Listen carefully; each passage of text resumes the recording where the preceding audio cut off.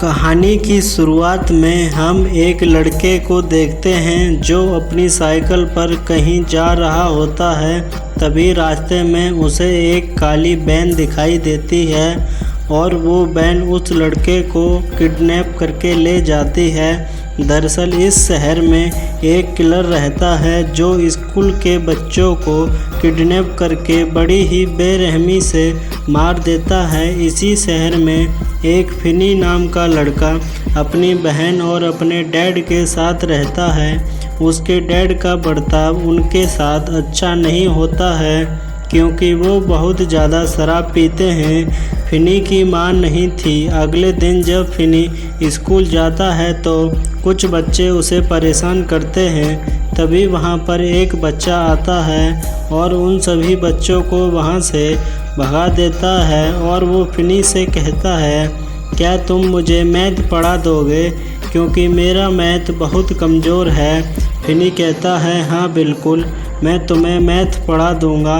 और अब फिनी और वो लड़का अच्छे दोस्त बन जाते हैं। अगले दिन फिनी के स्कूल में दो पुलिस वाले आते हैं जो फिनी की बहन से उस लड़के के बारे में पूछताछ करने आए हैं जो हमने कहानी की शुरुआत में देखा था।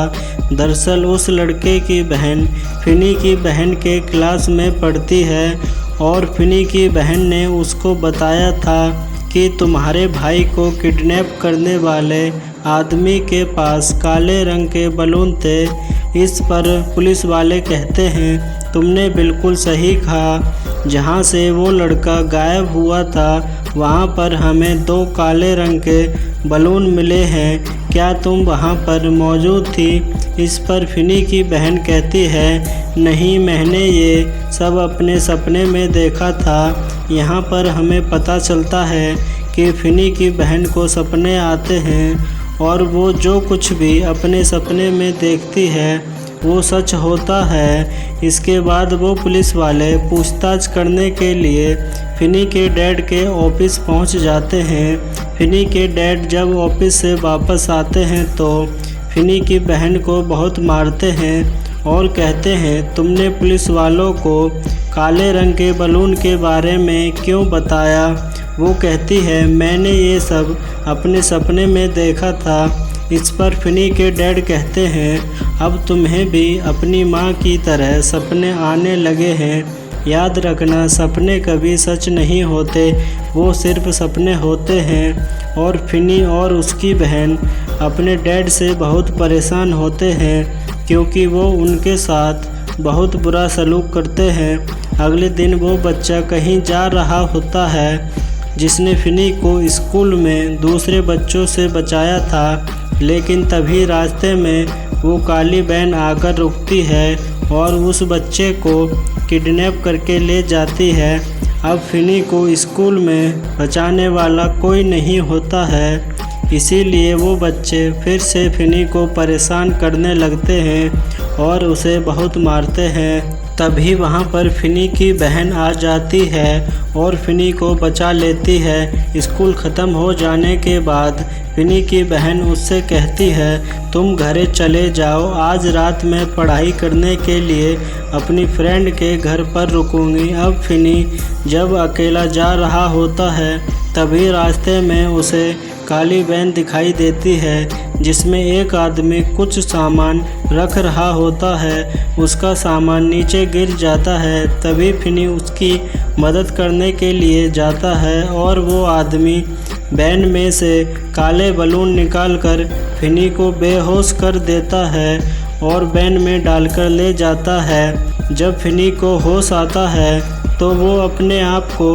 एक अंधेरे कमरे में देखता है जो पूरी तरह से साउंड प्रूफ था। मतलब यहाँ पर फिनी के चीखने चिल्लाने का कोई फ़ायदा नहीं था। तभी फिनी के पास वो किडनैपर आता है जिसका नाम ग्रेवर था। उसने अपना चेहरा छिपाने के लिए एक खौफनाक मास्क पहन रखा था।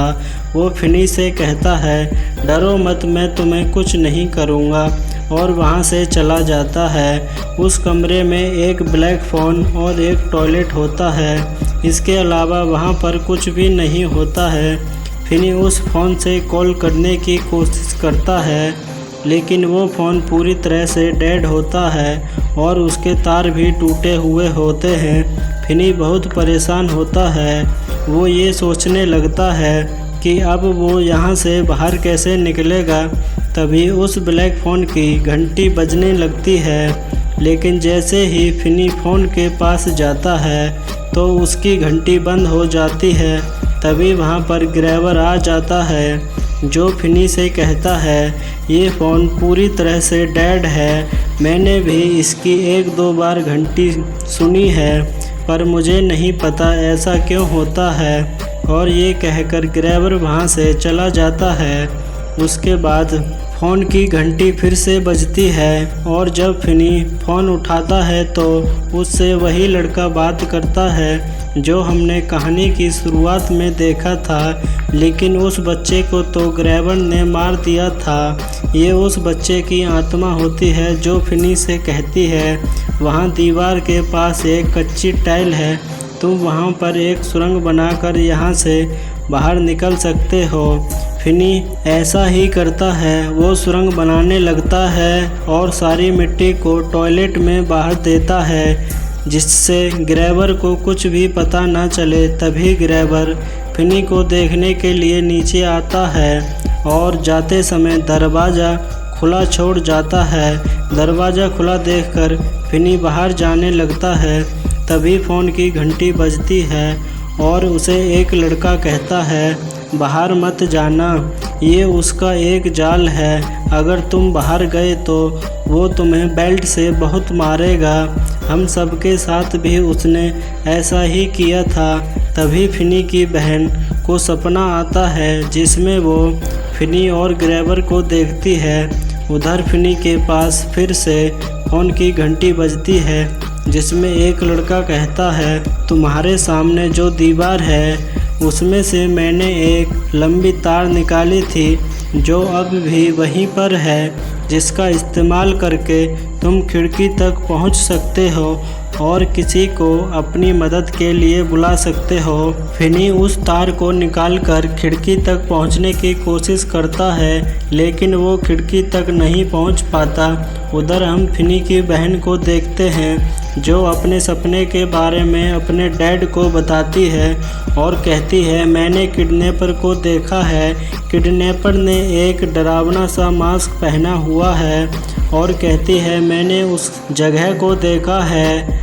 अब फिनी के डैड को भी अपने बेटे की चिंता होती है और वो फिनी को ढूंढने के लिए निकल जाते हैं, जहां पर हम 2 पुलिस ऑफिसर को देखते हैं जो पूछताछ करने के लिए एक आदमी के घर जाते हैं जो कि ग्रैबर का भाई होता है। वो पुलिस वालों से कहता है मुझे लगता है किडनैपर यहीं कहीं आसपास रहता होगा।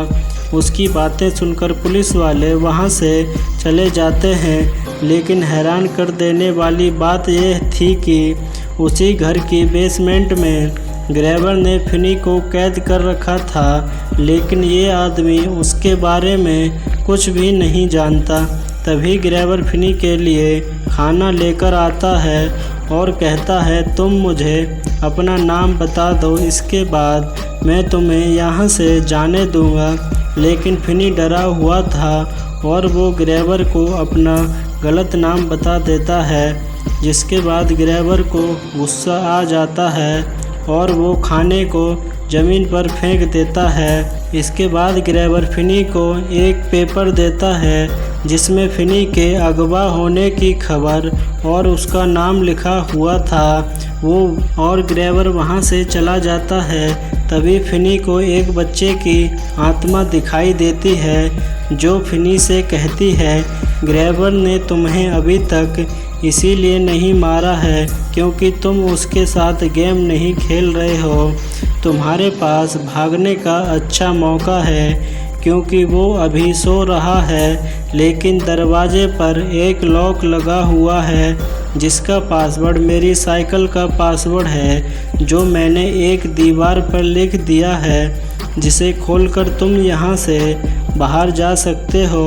अब फिनी धीरे धीरे ऊपर जाने लगता है और जैसे ही वो दरवाज़ा खोलता है ग्रैबर का डॉग भौंकने लगता है और तभी ग्रैबर जाग जाता है।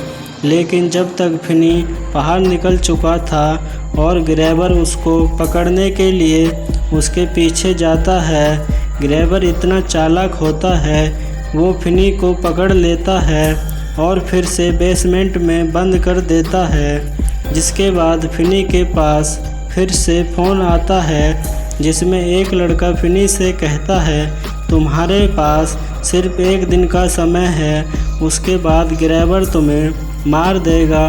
वो फिनी से कहता है, सामने वाली दीवार को तोड़ो जिसके पीछे एक बड़ा फ्रिज है, तुम उसके अंदर होकर यहाँ से बाहर निकल जाओगे।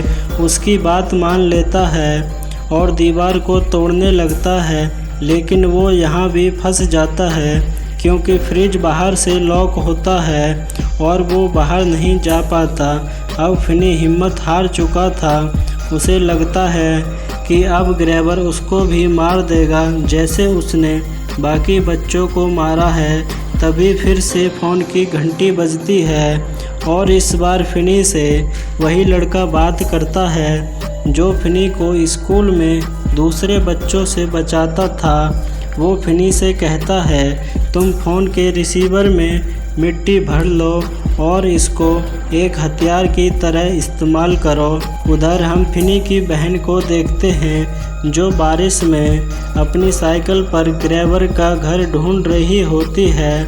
तभी उसके सामने उन बच्चों की आत्माएं दिखाई देती हैं जिन्हें ग्रैबर ने मार दिया था और फिनी की बहन साइकिल से नीचे गिर जाती है और तभी उसे ग्रैबर का घर दिखाई देता है और वो अपने घर जाकर उन पुलिस वालों को कॉल कर देती है जो इस केस की छानबीन कर रहे होते हैं। तभी ग्रैबर के भाई को दिखाया जाता है जिसे ग्रैबर पर शक होने लगता है और वो बेसमेंट में जाकर देखता है जहाँ पर वो फिनी को देखकर हैरान रह जाता है। इससे पहले कि वो फिनी को वहाँ से बाहर निकाल पाता, ग्रैबर आ जाता है और अपने भाई को मार देता है। अब वो फिनी को भी मारना चाहता है और अपने डॉग को दरवाजे पर बांध देता है। फिनी अपनी जान बचाने के लिए इधर उधर भाग रहा होता है। तभी ग्रैबर एक गड्ढे में गिर जाता है जो फिनी ने बनाया था। उसके बाद फिनी उस ब्लैक फ़ोन की मदद से ग्रैबर का गला घोंटकर उसे मार देता है, लेकिन वो अब भी बाहर नहीं जा सकता था क्योंकि दरवाजे पर ग्रैबर का डॉग बंधा था। उधर फिनी की बहन बाहर पुलिस ऑफिसर को लेकर आ जाती है। ऑफिसर उस घर में जाकर देखते हैं तो उन्हें वहाँ पर बहुत सारे बच्चों की लाशें मिलती हैं जिन्हें ग्रैबर ने मार दिया था।